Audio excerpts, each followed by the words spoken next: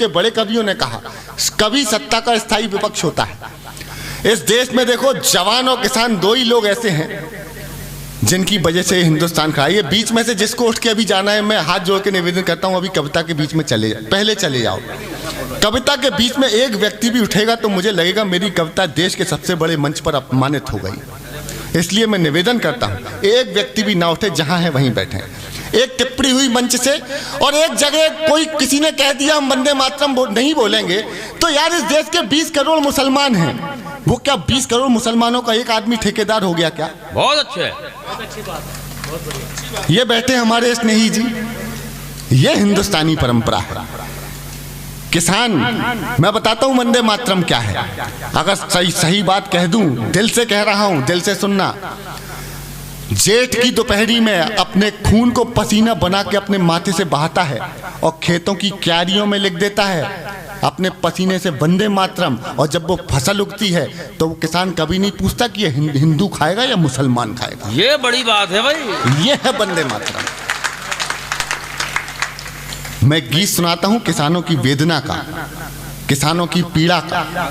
आजादी के 70 साल के बाद किसान अगर आत्महत्या कर रहा है तो फिर हम काहे के कृषि प्रधान देश, काहे के विश्व गुरु हम। बेशक, सुनिएगा, मैं गीत सुना देता हूं। क्या गीत है यार, वाह वाह।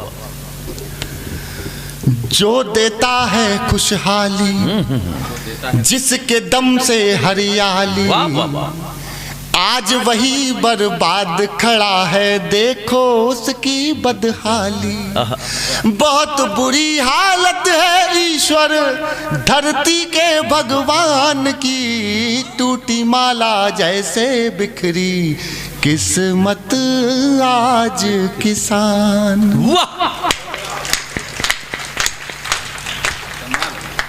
ये सोच के कविता सुनना कि हम एक अन्न का दाना भी खा रहे हैं ना, तो अपने किसान की मेहनत का दिया हुआ वो अन्न खा रहे हैं, नहीं तो रुपया खाते रहना। सुनिएगा, टूटी माला जैसे बिखरी किस्मत आज किसान की, ऐसी आंधी चली कि घर का, बादल जी सुनिएगा, ऐसी आंधी चली कि घर का तिनका बिखर गया। बहुत अच्छे। आखिर धरती माँ से उसका प्यारा बेटा बिछड़ गया। अखबारों की रद्दी बनकर बिकी कथा बलिदान की, टूटी माला जैसे बिखरी किस्मत आज किसान की। बहुत अच्छे। क्यों करता है आत्महत्या? इतना सूद चुकाया उसने के अपनी सुध भूल गया। क्या पंक्ति है। मैं कविता की, ये भाई साहब बीच में जो खड़े हैं, बैठ जाएंगे, आप सुना, बहुत प्यारा पढ़ रहे हो आप, कोई प्रॉब्लम ना। सूद चुकाया उसने के अपनी सुध भूल गया, सावन के मौसम में झूला लगा के फांसी झूल गया। वाह वाह वाह। अमुआ की डाली पर देखो लाश टंगी ईमान की, टूटी माला जैसे बिखरी किस्मत आज किसान की। कमाल है। 1 अरब 25 करोड़ की भूख जो रोज मिटाता है, कह पाता वो नहीं किसी से जब भूखा सो जाता है। और फिर सीने पर गोली खाता सरकारी सम्मान की, टूटी माला जैसे बिखरी किस्मत आज किसान की। वाह वाह वाह। मैं हकीकत बताता हूँ, मिला केजरीवाल जी से, मैंने कहा भाई साहब हमने भी आपकी टोपी पहनकर भारत माता की जय के नारे लगाए थे, जय जवान जय किसान के नारे लगाए थे, लेकिन आपका विरोध मैं उस दिन से करना शुरू कर दिया जब आप बैठे रहे और आपके सामने किसान ने जंतर मंतर पे आत्महत्या कर ली। सुनिएगा, ये राजनीतिक चरित्र सुनिए। वाह वाह। अरे किसी को काले धन की चिंता, किसी को भ्रष्टाचार की, मगर लड़ाई कौन लड़ेगा फसलों के हकदार की। और सरे आम बाजार में इज्जत लुट जाती खलिहान की, माला जैसे बिखरी किस्मत आज किसान की। इस कविता की सबसे अच्छी पंक्ति सुनना, मेरा मन रखने के लिए तालियां जरूर दे देना दोस्तों। सुनिए। वाह वाह वाह। जो अपने कांधे पर देखो खुद हल लेकर चलता है, जो अपने कांधे पर देखो खुद हल लेकर चलता है, आज उसी की कठिनाई का हल क्यों नहीं निकलता। और है जिनसे उम्मीद, उन्हें बस चिंता है मतदान की। टूटी माल। बहुत अच्छे, हाल कर दिया भाई सुदीप। वाह,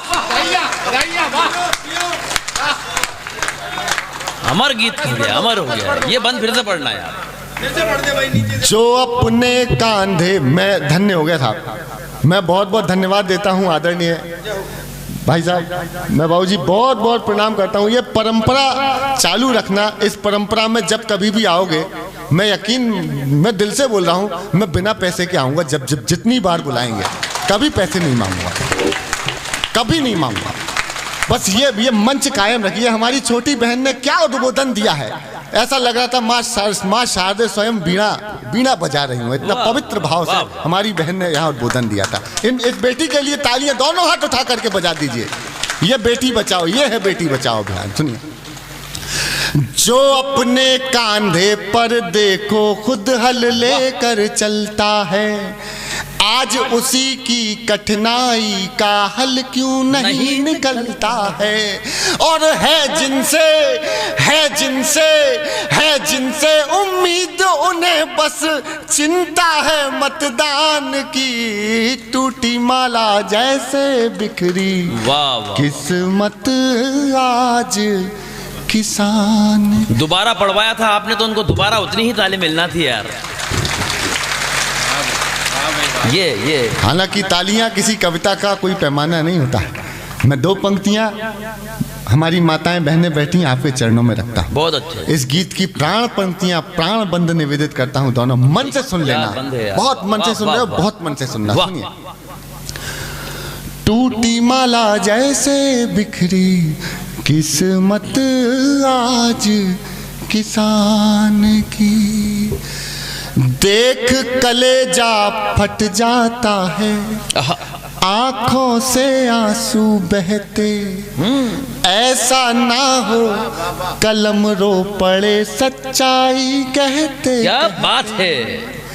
देख कलेजा फट जाता है, आंखों से आंसू बहते। ऐसा ना हो कलम रो पड़े सच्चाई कहते कहते। बाली तक गिरवी रखी है, बाली तक गिरवी रखी है, बेटी के अभिमान की। टूटी माला जैसे बिखरी किस्मत आज किसान की। चीख पड़ी खेतों की माटी, तड़प उठी गम से धरती। बिना कफन जब पगडंडी से गुजरी थी उसकी अर्थी। और वही विदा हो गया जिसे चिंता थी कन्यादान की।